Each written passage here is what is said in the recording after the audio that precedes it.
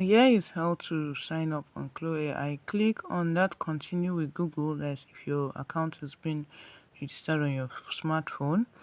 So once you click on it, it's going to give you the option of selecting your account. So you pick an email from any of your email addresses, and once you click on it, it will show you to agree. Click on agree and it will load up the app itself. So first it's going to show you this.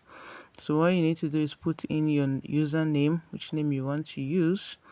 Then I'll put in charismata, then click on the box, affirm that is yours, then continue. Click on continue. Once you're done, click on acknowledge and continue.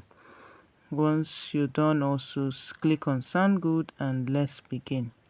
So once you click on that, you're good to go to start creating using your Claude AI. So thank you for watching.